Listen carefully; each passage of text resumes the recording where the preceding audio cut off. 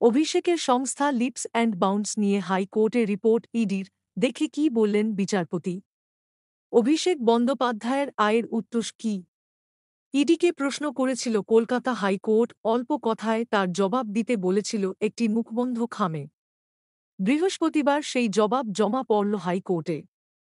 নিয়োগ সংক্রান্ত মামলায় অভিষেকের সংস্থা লিপস অ্যান্ড বাউন্স নিয়ে হাইকোর্টে রিপোর্ট জমা দিল ইডি। বৃহস্পতিবারই হাইকোর্টের বিচারপতি অমৃতা সিংহের বেঞ্চে ওই রিপোর্ট জমা পড়েছে। তবে বিচারপতি রিপোর্ট গ্রহণ করলেও জানিয়েছেন, এ বিষয়ে যা বলার তিনি রিপোর্ট দেখার পরেই বলবেন।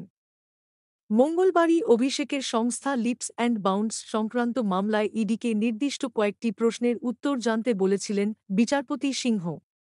নিয়োগ দুর্নীতি মামলায় অভিষেক, তাঁর স্ত্রী রুজিরা বন্দ্যোপাধ্যায় এবং লিপস অ্যান্ড বাউন্স সংস্থার ডিরেক্টর নথি জমা দিয়েছেন বলে জানাতেই বিচারপতি জানতে চান, 2014 সালের পর থেকে সম্পত্তির পরিমাণ বৃদ্ধি পেয়েছে অভিষেকের।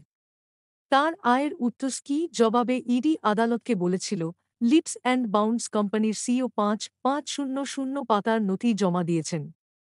তারা তা খতিয়ে দেখছে। রুজিরাও এসেছিলেন। সেকশন 50 অনুযায়ী ইডি তার বয়ান রেকর্ড করেছে। ইডির আইনজীবী বলেন, যে নথি এসেছে তা থেকে নিশ্চিত করে বলতে পারি, কোনো কিছুই গোপন না করে তদন্তের আরও অগ্রগতি হবে। এ কথা শুনেই বিচারপতি প্রশ্ন করেন, যে পরিমাণ নথি জমা পড়েছে তা ইঙ্গিত দিচ্ছে বিপুল পরিমাণ সম্পত্তির। ওই নথি অনুযায়ী যে সম্পত্তি কেনা বা লেনদেন হয়েছে তা কি খুঁজে দেখেছেন আপনারা? আদালত যা জানতে চাইছে তা কি খুঁজে দেখেছেন? আয়ের উৎস খুঁজে দেখেছেন? আইন আপনাদের ক্ষমতা দিয়েছে।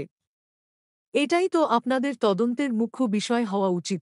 প্রসঙ্গত, অভিষেকের সংস্থা লিপস অ্যান্ড বাউন্স সংক্রান্ত বেশ কিছু তথ্য অনেক আগেই ইডিকে বিশদে জানাতে নির্দেশ দিয়েছিলেন বিচারপতি সিংহ।